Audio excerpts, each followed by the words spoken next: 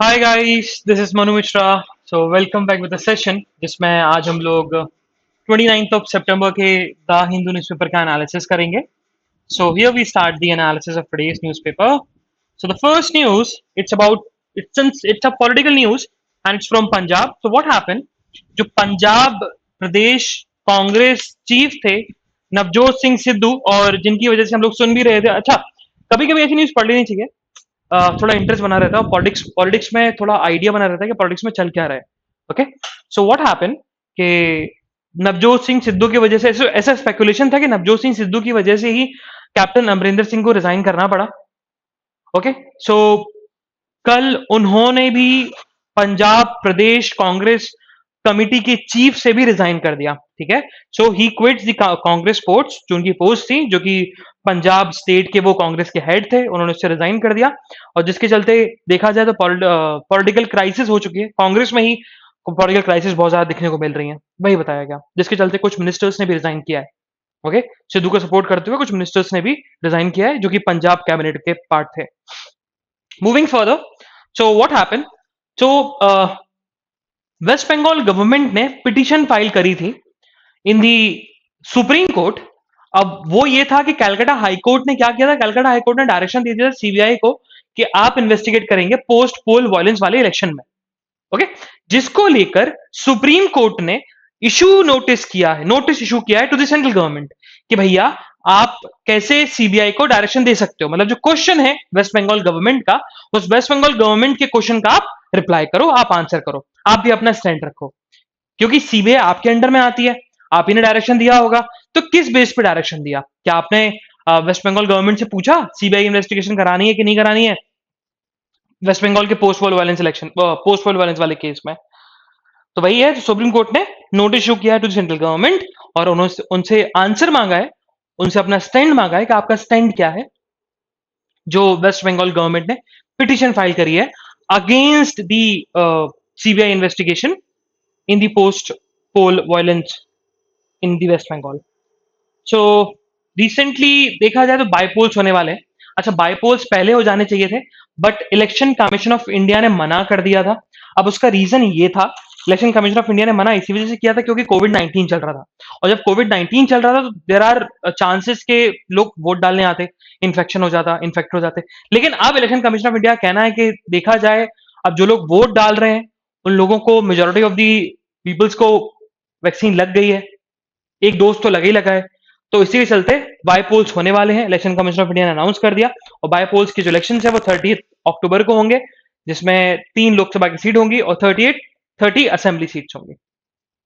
Moving further, so what happen कि एक report निकल के आई, और उस रिपोर्ट में बताया गया कि आरटीआई एक्टिविस्ट, अब आरटीआई एक्टिविस्ट मतलब राइट टू इन्फॉर्मेशन एक्टिविस्ट, तो आरटीआई एक्टिविस्ट जैसे कि Arvind Kejriwal before entering into politics वो आरटीआई एक्टिविस्ट थे, उससे पहले वो आईआरएस ऑफिसर थे, फिर उन्होंने रिजाइन किया, फिर वो आरटीआई एक्टिविस्ट बने, फिर पॉलिटिक्स में आ गए। ओके, सो आरटीआई एक्टिविस्ट बोला गया कि आरटीआई एक्टिविस्ट के लिए Bihar it's not a good state.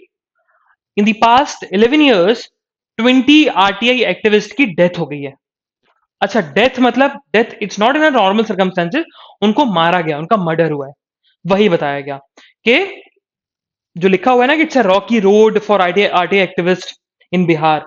तो Bihar it's not a good haven for the RTI activist, वहां पर लोगों के मर्डर हो जाते हैं बिकॉज आप गवर्नमेंट को क्वेश्चन कर रहे हो, और गवर्नमेंट जैसे अभी रिसेंटली बात है, 3-4 दिन पहले एक आरटीआई एक्टिविस्ट को मार दिया, और आरटीआई एक्टिविस्ट ने एक एप्लीकेशन फाइल करी थी, उसने यही पूछा था कि भैया जो इलीगल तरीके से इंक्रोचमेंट करके रखा हुआ है गवर्नमेंट की प्रॉपर्टी पर, क्यों करके रखा हुआ है और किसने करके रखा हुआ है, जिसके चलते उनका मर्डर हो गया। मूविंग फर्दर, सिटी के बारे में हमें नहीं पढ़ना है। ओके, अच्छा चलो, एक इंटरेस्ट के लिए, थोड़ा सा इंटरेस्ट के लिए ये चीज पढ़ सकते हो। Kanhaiya Kumar is the latest member of left of Congress club, ये चीज पढ़ सकते हो, मतलब ये इट्स अ न्यूज जो कि स्टूडेंट पॉलिटिक्स से रिलेटेड है, थोड़ा सा इंटरेस्ट आएगा, सो रीड इट। कभी कभी न्यूज़पेपर बोरिंग ना लगे तो कभी कभी न्यूज पढ़ लेनी चाहिए। ओके, चलिए, so on the state news what happened, Delhi government ने एक बहुत अच्छा स्टेप लिया। दिल्ली गवर्नमेंट ने बोला कि हम करिकुलम, जो बच्चों का करिकुलम होता है, बच्चों के करिकुलम में एक कोर्स जोड़ेंगे, उसका एक और करिकुलम जोड़ा जाएगा बच्चों का जो एजुकेशन करिकुलम है, उस करिकुलम में एक और छोटा सा पार्ट जोड़ा जाएगा, वो होगा देशभक्ति से रिलेटेड। अच्छा, ये स्टेप क्यों लिया? क्योंकि कल बर्थ एनिवर्सरी थी आपके शहीद भगत सिंह जी की, और उनकी एनिवर्सरी तो मनाई, और उसके साथ साथ दिल्ली गवर्नमेंट ने स्टेप लिया कि देखो, पेट्रियटिज्म लाने के लिए, बच्चों में पेट्रियटिज्म लाने के लिए, हम उनके एजुकेशन में ही, हम उनके करिकुलम में ही एक छोटा सा पार्ट जोड़ देंगे, दैट्स अबाउट द देशभक्ति। और वो देशभक्ति करिकुलम जो है वो ये चीज बताएगा कि हमें जो हमारे साथ जमीन, हमारी जो कम्युनिटीज है, हमें उनके साथ साथ में रहना है, हमें सबकी लाइफ को रिस्पेक्ट देनी है, पीस में रहना है, डाइवर्सिटी हो गया, लैंग्वेज हो गया, प्रैक्टिस हो गया, तो रिलीजन हो गया, इंडिया में जितनी भी, because India is a very diverse nation, उन सबकी रिस्पेक्ट करनी है, और हमारी ड्यूटी है टुवर्ड्स द नेशन, उसके लिए, उस ड्यूटी के लिए हमें आगे आना पड़ेगा। तो वही चीज सिलेबस में बताई जाएगी। इट्स नॉट अबाउट कि हमें देशभक्त होना है और टेररिस्ट आए तो मार देंगे, ऐसा नहीं। इट्स अबाउट कि देशभक्ति मतलब हमें इंडिया के अपने देश के प्रति, हम अपने जमीन के प्रति, और हमारे जो हमारे देश में जो लोग रहते हैं, डिफरेंट कम्युनिटीज हैं, डिफरेंट रिलीजन के लोग हैं, उनके लिए रिस्पेक्ट हो, हम पीस में रहे, कोई डिसहार्मनी ना हो, हम आपस में ही ना लड़े, एक इंटरनल डिस्टर्बेंस क्रिएट ना हो। इसके चलते दिल्ली गवर्नमेंट ने बच्चों के एजुकेशन में देशभक्त देशभक्ति करिकुलम लॉन्च किया। क्यों किया? On the occasion of birth anniversary of Shaheed Bhagat Singh. Moving further,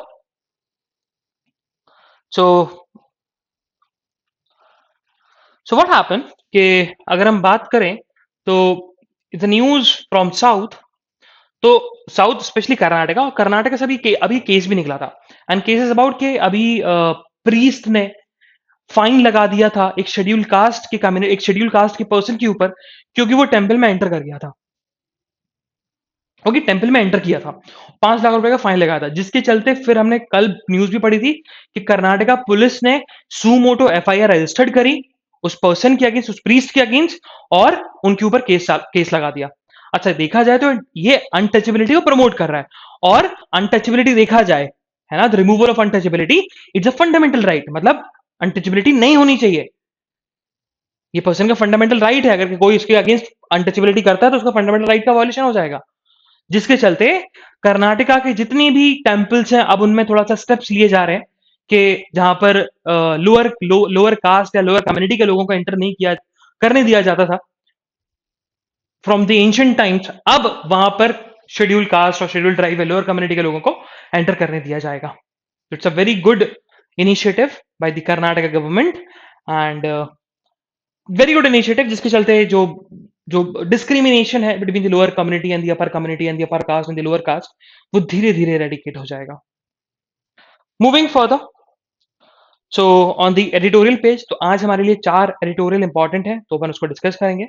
the first one is written by the vice chancellor of NALSAR, Faizan Mustafa. It's related to the NEET examination. तो नीट से रिलेटेड उन्होंने जो है उसको एडिटोरियल लिखा हुआ है, इसको अपन डिस्कस करेंगे, बहुत इंटरेस्टिंग है। Next one, it's about the tackling the Maoist. तो day for yesterday Amit Shah ने जब मीटिंग करी थी, तो उन्होंने बताया था कि पहले 92 डिस्ट्रिक्ट्स अफेक्टेड थे लेफ्ट एक्सट्रीमिज्म से, नेक्स्ट लेफ्ट एक्सट्रीमिस्ट वायलेंस से, लेकिन अब 41 डिस्ट्रिक्ट्स हो गए। तो वही चीज बताई गई कि गवर्नमेंट को अभी और स्टेप्स लेने हैं। द नेक्स्ट एडिटोरियल जो है, इट्स अबाउट के हम जस्टिस डिलीवरी को कैसे फास्ट कर सकते हैं, है ना, वो चीज उस पर डिस्कस करेंगे। And the next editorial, it's about the in pursuit of happiness, इसको हम डिस्कस करने वाले हैं। चलो, moving further toward the first editorial, and it's a very interesting editorial written by the Faizan Mustafa, and he tell in this editorial that के NEET examination में recently जो step लिया गया बाय द तमिलनाडु गवर्नमेंट, कि तमिलनाडु गवर्नमेंट के मेडिकल कॉलेजेस नीट के through अब बच्चों को एडमिशन नहीं देंगे, it's a very good thing, है ना, it's a very good thing. लेकिन उसके पीछे उन्होंने पूरी कहानी समझाई, ऐसा नहीं है उन्होंने गुड बोल तो दिया लेकिन कुछ रीजन नहीं दिया, उन्होंने रीजन दिए। तो उन्होंने सबसे पहले स्टार्ट लिखा कि अभी वो नीट के एग्जामिनेशन को लेकर डीएम की गवर्नमेंट जो तमिलनाडु में है, उन्होंने लॉ पास कर दिया, लॉ बना दिया, अपनी अपनी लेजिस्लेटिव असेंबली से लॉ लॉ तो पास कर दिया कि भैया कि अब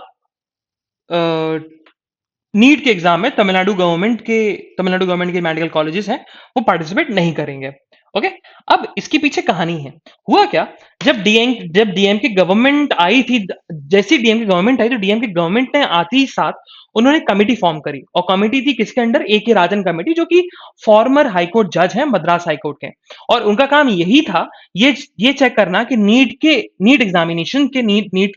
एग्जामिनेशन आने से क्या बच्चों को फायदा हुआ है या नुकसान हुआ है। और जिसके चलते ए के राजन कमेटी को क्वेश्चन किया था बीजेपी ने, सुप्रीम कोर्ट में पिटीशन फाइल करी थी। बीजेपी के लोगों ने सुप्रीम कोर्ट में पिटीशन फाइल करी थी कि भैया कि ऐसी कमेटी कॉन्स्टिट्यूट नहीं कर सकता कोई स्टेट। तो सुप्रीम कोर्ट ने उस पिटीशन को रिजेक्ट कर दिया। जैसे ही पिटीशन को रिजेक्ट किया, तुम्हारा जो कमेटी है, कमेटी को बिल्कुल गॉड स्पीड से ले जाया गया, मतलब बहुत जल्दी उसने काम किया, और डीएम गवर्नमेंट ने लॉ बना दिया कि भैया अब तमिलनाडु मेडिकल कॉलेजेस नीट के एग्जाम में पार्टिसिपेट नहीं करेंगे। और हम बात करें मेडिकल एजुकेशन जो है वो कॉन्करेंट लिस्ट में है, लेकिन हायर एजुकेशन का स्टैंडर्डाइज, मतलब उसको उसके स्टैंडर्ड को मेंटेन करना, ये यूनियन लिस्ट में है। ठीक है। अब देखा जाए तो मेडिकल एजुकेशन इट्स अ तुम्हारा medical education is the concurrent list, लेकिन हायर एजुकेशन का स्टैंडर्ड मेंटेन करना, कैसे एग्जामिनेशन होंगे, क्या होगा, ये सब यूनियन लिस्ट के अंदर आता है। इसमें यूनियन गवर्नमेंट ही लॉ बना सकता है, स्टेट गवर्नमेंट नहीं। अब हुआ क्या, अगर हम बात करें तो नीट जो है, NEET is something about the national, NEET का जो फुल फॉर्म है national eligibility cum entrance test, जो कि मेडिकल कॉलेजेस में एक एडमिशन के लिए होता है, बच्चों के एडमिशन के लिए होता है। और जैसे आईटी जेई, जैसे आईटी होता है, IIT mains, IIT advance, to induct into the IITs, उसी को लेकर मैं उसी जैसे इंजीनियरिंग कॉलेज के लिए है, वैसे मेडिकल कॉलेज के लिए नीट एग्जामिनेशन है। अब हुआ क्या, तो जो हम बात करें तो नीट पहले क्या था कि पहले स्टेट गवर्नमेंट डिफरेंट एग्जामिनेशन कराते थे, हर स्टेट अपने कॉलेज का एक डिफरेंट एग्जामिनेशन कराता था। जैसे कि जैसे कि हम बात करें जैसे कि हम बात करते हैं UPSC. So UPSC civil service examination, okay. So UPSC civil service examination ये सेंट्रल लेवल की एग्जामिनेशन है, बट स्टेट गवर्नमेंट अपने अपने एग्जामिनेशन भी कराती है, पीएससी की एग्जामिनेशन कराती है, जैसे यूपी कराता है यूपी पीएससी, राजस्थान कराता है राजस्थान पीएससी, है ना। जैसे जुडिशरी के एग्जाम देख लो, जुडिशरी एग्जामिनेशन स्टेट वाइज होता है ना। जैसे डिस्ट्रिक्ट, अगर आपको डिस्ट्रिक्ट जज बनना है, मजिस्ट्रेट बनना है, तो आप राजस्थान का एग्जामिनेशन दोगे। अगर राजस्थान में आपको बनना है, यूपी का बनना है, तो आप यूपी का एग्जामिनेशन दोगे। तो वही मेडिकल कॉलेज में एंट्रेंस के लिए होता था कि तमिलनाडु के जो स्टेट्स थे, स्टेट के जो कॉलेजेस थे, गवर्नमेंट कॉलेजेस थे, वो अपना एग्जाम कराते थे। और नीट भी एग्जाम होता था, लेकिन नीट के थ्रू एम्स में एडमिशन होता था, या जो कॉलेजेस नीट के थ्रू एग्जामिनेशन कंडक्ट कराना चाहते हैं वो करवा सकते हैं। लेकिन जब अटल बिहारी वाजपेयी की गवर्नमेंट थी, तो उसमें एजुकेशन मिनिस्टर, उस समय एजुकेशन मिनिस्ट्री को एचआरडी मिनिस्ट्री बोला जाता था, उस समय चेंज हो गया था। तो एचआरडी मिनिस्टर जो थे मुरली मनोहर जोशी थे। उनका बेसिकली मेन एजेंडा था, मेन मेन फोकस था कि हम वन नेशन वन टेस्ट कराएंगे, जैसे कि नीट है, मतलब मेडिकल कॉलेज में एंट्रेंस के लिए एक ही टेस्ट होगा। और उसको गवर्नमेंट ने सपोर्ट भी किया, गवर्नमेंट ने सपोर्ट किया, जिसके चलते फिर पिटीशन फाइल हुई। और पिटीशन जब फाइल हुई सुप्रीम कोर्ट में, तो एक केस हुआ था टीएमए पाई केस, जो कि बहुत फेमस केस है एजुकेशन से रिलेटेड। तो टीएमए पाई केस में सुप्रीम कोर्ट ने वन नेशन वन टेस्ट का सपोर्ट किया, उन्होंने सपोर्ट किया। ओके। और वहां से फिर वन नेशन वन टेस्ट वाली ये चीज चली आ रही। लेकिन नीट एग्जामिनेशन में तब भी ऐसा कुछ नहीं था कि सारे मेडिकल कॉलेजेस को पार्टिसिपेट करना पड़ेगा। लेकिन फिर 2013 में केस हुआ, जिसमें जिसका नाम था Christian medical colleges Vellore association versus union of India, जिसमें बेसिकली कोर्ट ने बोला कि जो नीट एग्जामिनेशन जो कि वन नेशन वन टेस्ट है, ये pro rich, pro coaching centres, anti students है, जिसके चलते मेडिकल कॉलेजेस का जो स्टैंडर्ड है वो गिरता जा रहा है। तो वन नेशन वन टेस्ट नहीं होना चाहिए। लेकिन गवर्नमेंट गवर्नमेंट के पास पावर है लॉ बनाने की, तो उन्होंने उन्होंने basically Indian medical council act 1956 में चेंजेस लाए, और नीट एग्जामिनेशन चलने लगा। 2016 से ये रूल आ चुका था कि भैया अब सारे मेडिकल कॉलेजेस जो हैं वो नीट के थ्रू ही एडमिशन देंगे। अब देखा जाए तो ये गवर्नमेंट का इंपोजिशन नहीं था। 2016 में सुप्रीम कोर्ट ने बोल दिया था, सुप्रीम कोर्ट ने इंपोज किया था कि अब मेडिकल कॉलेजेस में एडमिशन नीट के थ्रू ही होगा। बल्कि गवर्नमेंट ने तो ये बोला था कि 2016 में स्टेट गवर्नमेंट्स को या जितने भी कॉलेजेस हैं उनको इंडिपेंडेंस दे देनी चाहिए, वो जैसा एडमिशन देना चाहे वैसा एडमिशन दे सकते हैं। बट आफ्टर 2016 नीट के थ्रू होगा। लेकिन सुप्रीम कोर्ट ने नहीं, हम क्यों एक साल वेस्ट करें, हम नीट के थ्रू 2016 से एप्लीकेबल करेंगे। तो देखा जाए तो गवर्नमेंट की तरफ से इंपोजिशन नहीं आया था नीट के एग्जाम, नीट एग्जामिनेशन के लिए। ये आया था सुप्रीम कोर्ट की, मतलब जुडिशरी के पर्सपेक्टिव से आया था ये। अब अगर हम बात करें टीएमएपाई, हमने पढ़ा था टीएमएपाई फाउंडेशन वाला केस, और टीएमएपाई फाउंडेशन वाले केस में एक चीज बोली गई थी, और वो ये चीज थी, एक एक लाइन से बोली गई थी कि इंस्टीट्यूशन, एजुकेशन इंस्टीट्यूशन जो होते हैं, वहां पर एजुकेशन इंस्टीट्यूशन जहां पर बेसिकली एक स्पेशल फीचर है, टीएमएपाई केस में बोला गया था, ये 2003 में जो आया था, ऐसे इंस्टीट्यूशंस जहां पर कुछ स्पेशल फीचर्स हैं, जहां पर फेयर एडमिशन होता है, फेयर एंड इक्विटेबल एडमिशन होता है। जैसे कि अगर हम बात करें, जैसे कि एग्जाम्पल भी दिया गया डिफेंस मेडिकल कॉलेजेस। अब डिफेंस मेडिकल कॉलेजेस में जो एडमिशन होता है ना, उसमें मेडिकल का कोर्स तो पूछा जाता है, लेकिन उसमें डिफेंस से भी रिलेटेड क्वेश्चन पूछे जाते हैं। ठीक है। अब एक महात्मा गांधी मेडिकल कॉलेज है, तो महात्मा गांधी मेडिकल कॉलेज में मेडिकल नॉलेज ली जाती है, उसके साथ साथ गांधीयन फिलोसफी पे भी एक टेस्ट होता है कि गांधी जी क्या थे, गांधी जी की फिलोसफी क्या थी, और गांधी से रिलेटेड क्वेश्चन हुआ करते थे। तो टीएमएफआई केस ने बोला था कि ऐसे इंस्टीट्यूशन जो स्पेशल फीचर है, जिनका अलग तरीके से एडमिशन होता है, लेकिन एडमिशन फेयर तरीके से होता है, तो वो उनके पास इंडिपेंडेंस है, वो अपने हिसाब से एडमिशन दे सकते हैं बच्चों को। ये चीज टीएमएफआई ने बोली थी। लेकिन 2016 में जो सुप्रीम कोर्ट ने इंपोजिशन लाया था कि वन नेशन वन टेस्ट होगा सारे मेडिकल कॉलेज के लिए, सारे मेडिकल कॉलेज नीट के थ्रू एडमिशन देंगे, तो ये चीज टीएमएपाई के जजमेंट में जो बात बोली गई थी उसके अगेंस्ट में ही है ये तो। क्योंकि कुछ मेडिकल कॉलेजेस वैसे भी होंगे जहां पर कुछ स्पेशल फीचर्स हैं, लेकिन उनको इंडिपेंडेंस नहीं दी गई। ओके, तो ऑथर ने सबसे पहले ये बताया। फिर फिर रिसेंटली 2020 में केस गया था नीट से रिलेटेड, है ना। नीट से रिलेटेड केस गया था, और कुछ केस ये था कि भाई जो माइनॉरिटी इंस्टीट्यूशंस है ना, वो नीट के थ्रू एडमिशन नहीं देना चाहिए। लेकिन अरुण मिश्रा जो कि उस 2020 केस के उसमें जज थे, सुप्रीम कोर्ट के जज थे, उन्होंने बोल दिया था नहीं, नीट जो है, नीट रिस्पेक्ट करता माइनॉरिटी इंस्टीट्यूशंस की, और वो भी नीट के थ्रू ही एडमिशन दे पाएंगे, ये चीज बोली गई थी। अब आते हैं तमिलनाडु पे। तो तमिलनाडु के बाद जब तमिलनाडु में ए के राजन की रिपोर्ट आई, ए के राजन रिपोर्ट आई, ए के राजन ने जब रिपोर्ट सबमिट करी, तो उसमें बताया गया था कि देयर आर अराउंड, उन्होंने पूरी डेटा दिया, उन्होंने बताया गया कि देखो नीट के इंट्रोडक्शन से हुआ क्या, नीट जैसे ही आया ना, तो पहले क्या था, बिफोर नीट जो रूरल स्टूडेंट्स थे, रूरल एरियाज के स्टूडेंट्स थे, वो पहले बिफोर नीट 61.45% था उनका मेडिकल कॉलेज में।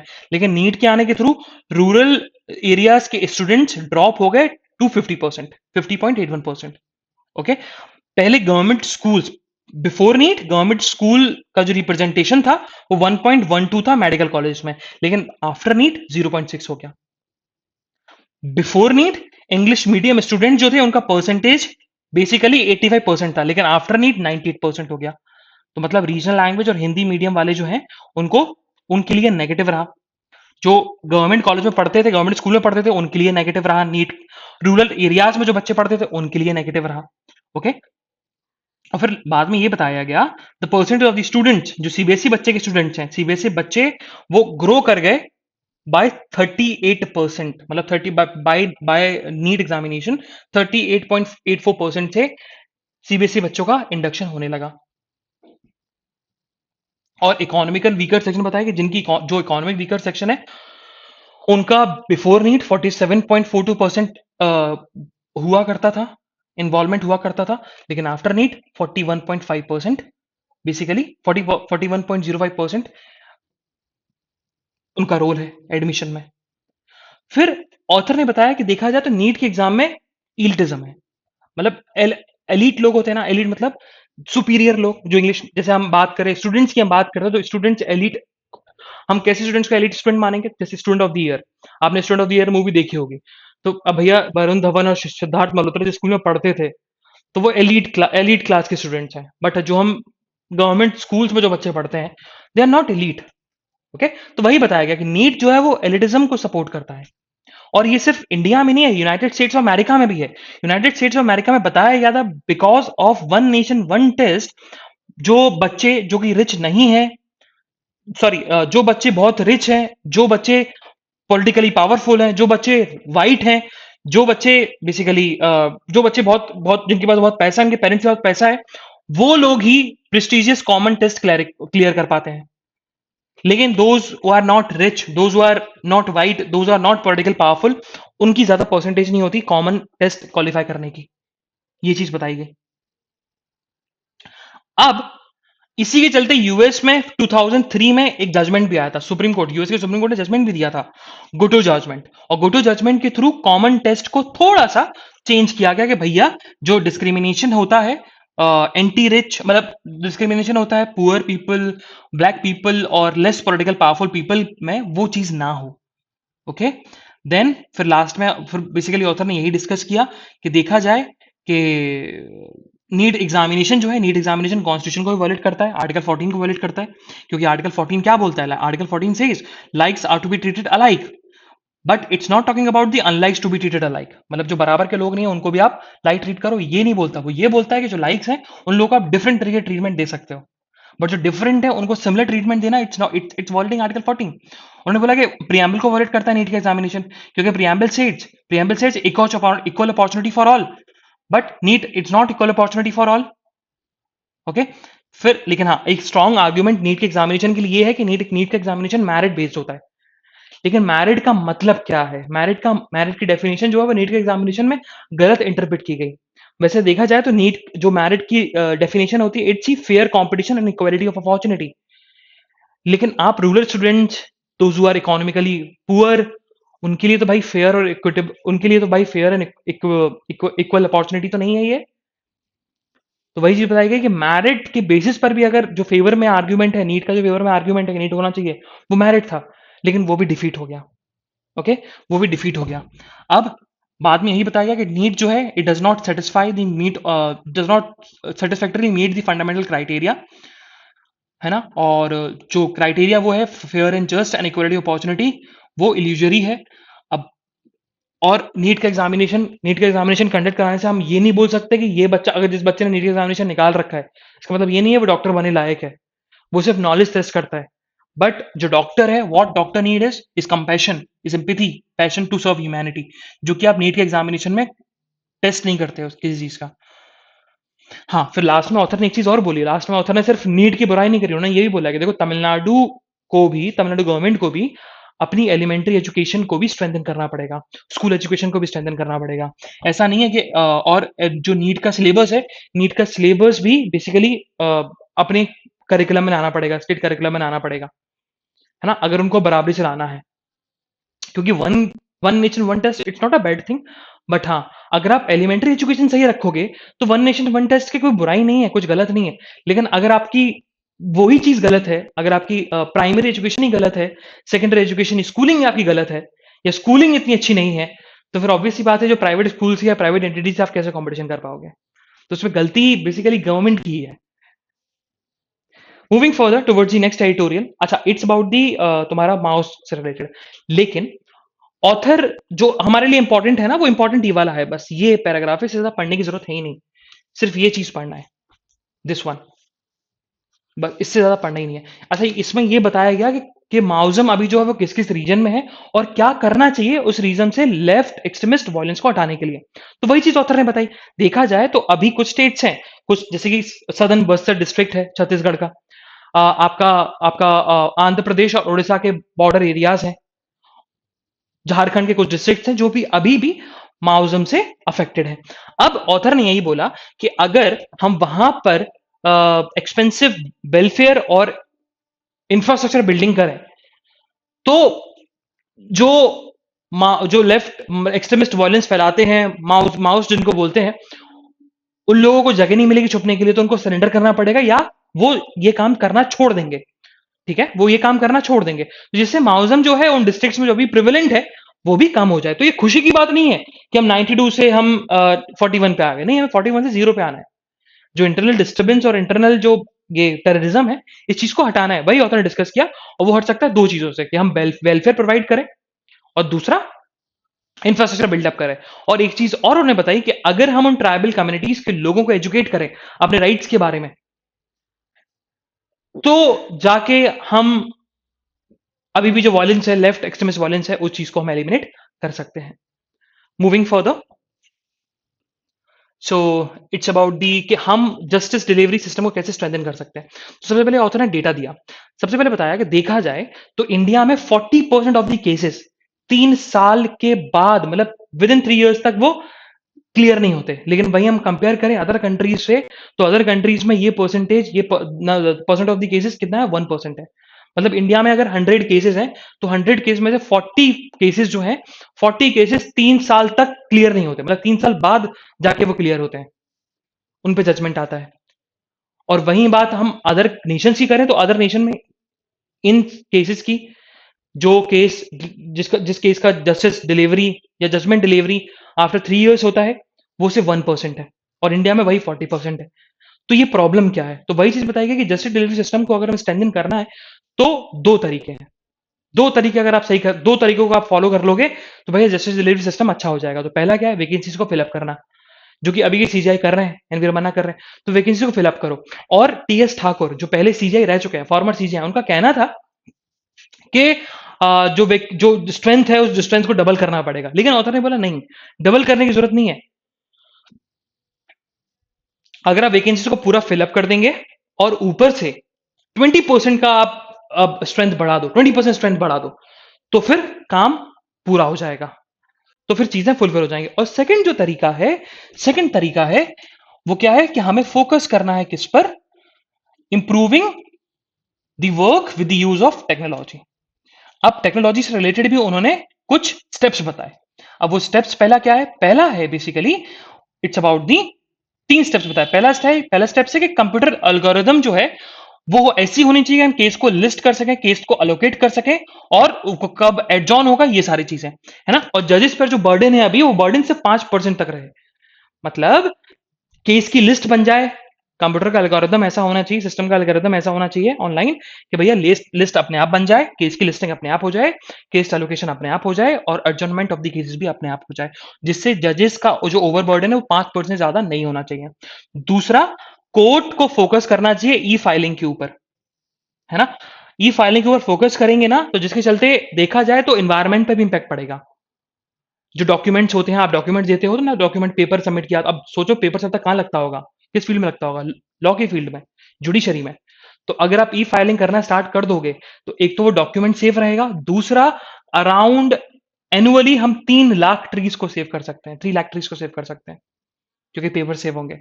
थर्ड है कि हम वर्चुअल हियरिंग पे फोकस करें। देखा जाए तो वर्चुअल हियरिंग हमारी मजबूरी बन गई थी कोविड के समय, लेकिन वर्चुअल हियरिंग करने से, क्योंकि बताया गया 2019 में 5 लाख केसेस पेंडिंग थे, लेकिन भाई 2020 में ये केस पेंडिंग हुए कितने, 50 लाख।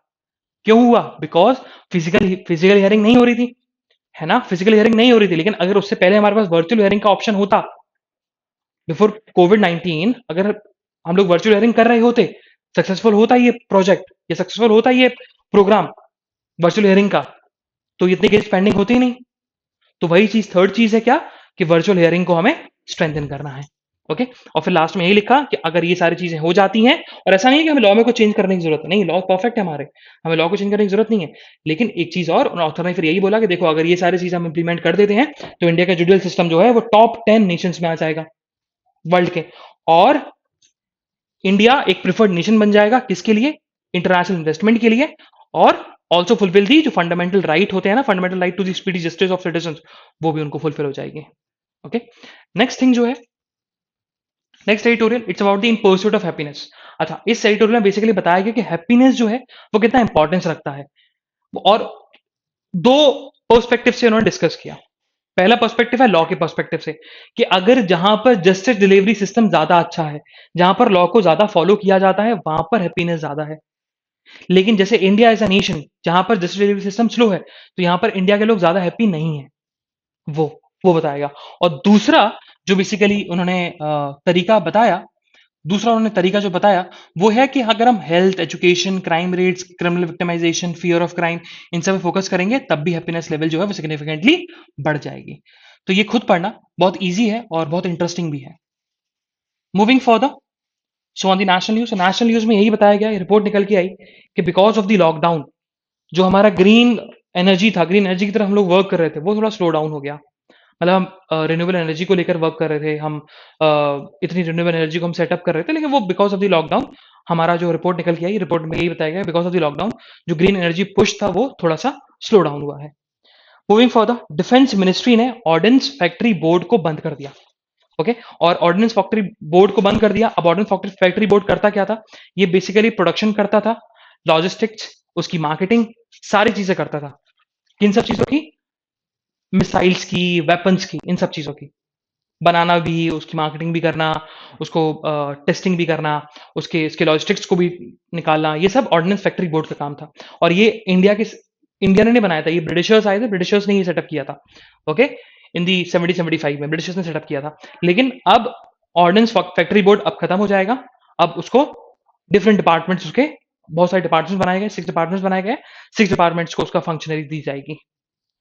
मूविंग फर्दर, अच्छा दिस समथिंग अबाउट के जो अभी तमिलनाडु की गवर्नर है, तमिल साई सुंदरराजन 2017 में जब वो गवर्नर नहीं थे, उनके ऊपर क्रिमिनल डेफेमेशन का चार्ज लगा हुआ था। तो वही मद्रास हाईकोर्ट ने क्रिमिनल डेफेमेशन का चार्ज जो है, वो केस लगा हुआ था जो उनके ऊपर, वो क्वाश कर दिया, हटा दिया। मूविंग फर्दर, सो हुआ क्या, एक एक क्वेश्चन था, एक क्वेश्चन ये था कि डिसेबल्ड पर्सन को, मतलब पीडब्ल्यूडी जो लोग होते हैं, क्या उन क्या उनको प्रमोशंस में भी रिजर्वेशन देना चाहिए या नहीं? जिसमें सुप्रीम कोर्ट ने बोला था हाँ। अब सुप्रीम कोर्ट ने सेंट्रल गवर्नमेंट को बोला भैया जल्दी से आप बनाओ, आप प्रोविजंस बनाओ। तो सेंट्रल गवर्नमेंट ने क्वेश्चन पूछा टू दी सुप्रीम कोर्ट, क्या आप फिर से क्लैरिफिकेशन दे दोगे? जिसके चलते सुप्रीम कोर्ट ने सेंट्रल की प्ली को, जो क्लैरिफिकेशन के लिए उन्होंने प्ली मांगी थी, वो रिजेक्ट कर दी। उन्होंने बोला था भैया जो हमने जजमेंट दे रखा है 2013-2016 में, उस जजमेंट को फॉलो करो, रीड करो और फॉलो करो। और सेंट्रल गवर्नमेंट की एक थोड़ी सी बेइज्जती टाइप कर दी। मूविंग फर्दर, सो आईसीएमआर ने बोला है, Indian council of medical research, उन्होंने बोला है कि स्कूल जो है वो खुल जाएंगे, लेकिन खुलेंगे फेजेस में। और हम प्रायोरिटी देंगे उन बच्चों को, 12 साल के ऊपर के बच्चों को, कि उनको वैक्सीन लग जाए और उसके बाद फिर स्कूल्स खुलें। मूविंग फर्दर, सुप्रीम कोर्ट ने कुछ फायर क्रैकर फैक्ट्रीज को, फायर क्रैकर फर्म्स को थोड़ा सा डांटा है, क्योंकि सुप्रीम कोर्ट ने खुद बोला था कि 2018 में बोला था कि आप, सॉरी, हाँ हाँ, आप जो फायर वर्क्स में बैरियम यूज करते हो, बैरियम यूज नहीं करोगे क्योंकि वो टॉक्सिक होता है ना। और right to life of innocent people, it's a fundamental right, वो सुप्रीम है, जिसके चलते आप जिसके चलते आप बैरियम का यूज नहीं करोगे। लेकिन फायर क्रैकर्स फर्म्स अभी बैरियम का यूज कर रही हैं, जिसके चलते सुप्रीम कोर्ट ने उनको डांटा है, फटकारा है। मूविंग फर्दर, तो देखा जाए तो जोजिला टनल बनने वाली है, और जोजिला टनल जो है वो लद्दाख और श्रीनगर को कनेक्ट करेगी, और 15 मिनट्स के अंदर ही आप लद्दाख से श्रीनगर या श्रीनगर से लद्दाख चले जाओगे। And it's all weather condition tunnel, मतलब ऐसा नहीं है कि विंटर सीजन है तो भाई नहीं जा सकते, या रेनी सीजन नहीं जा सकते, ऑल वेदर सीजन टनल है ये। ओके, और अभी जो टाइम देखा जाए लद्दाख से श्रीनगर जाने के लिए 3.5 आवर्स लगते हैं, वो रिड्यूस हो जाएगा बाय 15 मिनट्स के अंदर पहुंच जाएंगे आप। ठीक है, और ये अराउंड 11,000 कुछ फीट पे बनेगी, ये टनल बन रही है टनल। नितिन गडकरी कहना है कि ये टनल देखा जाए तो बाई स्पेकुलेशन 2026 तक कंप्लीट हो जाएगी, बट वी आर अर्जिंग के before general election, before 2024, by 2023 ये टनल कंप्लीट हो जाए। और गडकरी जी तो अच्छा काम करते हैं, तो हो भी सकता है कि 2023 तक कंप्लीट भी हो जाए जोजिला। तो जोजिला टनल के बारे में जरूर लिखना। मूविंग फर्दर, आज इकोनॉमिक न्यूज में ऐसी कुछ न्यूज नहीं है। ठीक है, वर्ल्ड न्यूज में तालिबान ने बोला कि देखो हम कॉन्स्टिट्यूशन अडॉप्ट करेंगे, हम कॉन्स्टिट्यूशन अडॉप्ट करेंगे। कौन सा? 1964 में जो आया था ना कॉन्स्टिट्यूशन, मोनार्की कॉन्स्टिट्यूशन, उस मोनार्की कॉन्स्टिट्यूशन को हम लाने वाले हैं, सेम रहेगा। बट हाँ, अगर उस कॉन्स्टिट्यूशन में कुछ चेंजेस होंगे, मतलब वो शारिया लॉ के अगेंस्ट में होगा, तो उस चीज उन प्रोविजंस को हटा दिया जाएगा। बाकी कॉन्स्टिट्यूशन को हम अडॉप्ट करने वाले हैं। और ये अभी कॉन्स्टिट्यूशन आया था, उस कॉन्स्टिट्यूशन में 1964 में जब अफगानिस्तान में कॉन्स्टिट्यूशन आया था ना, बोला भी जाता है it's golden era for democracy in Afghanistan. वो गोल्डन एरा था बिकॉज ऑफ दिस कॉन्स्टिट्यूशन, उसमें वुमेन्स को राइट टू वोट दिया गया था। ओके, तो वही चीज बताई गई कि वुमेन्स को राइट टू वोट मिलेगा, बट हाँ, जो भी प्रोविजंस शारिया लॉ के अगेंस्ट में होंगे, वो प्रोविजंस हटा दिए जाएंगे इस कॉन्स्टिट्यूशन से। तो 1964 का मोनार्की कॉन्स्टिट्यूशन तालिबान अडॉप्ट करने वाला है। मूविंग फर्दर, सो चाइना ने कल न्यू ड्रोन जेट्स, मतलब देखा जाए तो बिगेस्ट एयर शो किया इन द रीजन ऑफ जुजोहाई Zhuhai Zhuhai region of China. वहां पर उन्होंने बिगेस्ट एयर शो किया है। तो लिख लेना, बिगेस्ट एयर शो किसने किया, किस कंट्री ने किया? चाइना ने। कहां पर? चाइना, कौन सा प्रोविंस तुम्हारा? जुहाई। स्पोर्ट्स न्यूज में ऐसी कुछ न्यूज नहीं है जो एग्जामिनेशन पर्सपेक्टिव से इंपॉर्टेंट हो। So this is the analysis of today's newspaper. हम लोग कल फिर मिलेंगे। with some exciting news, some exciting current affairs. तब तक के लिए bye bye, have fun and enjoy your day. Bye bye guys.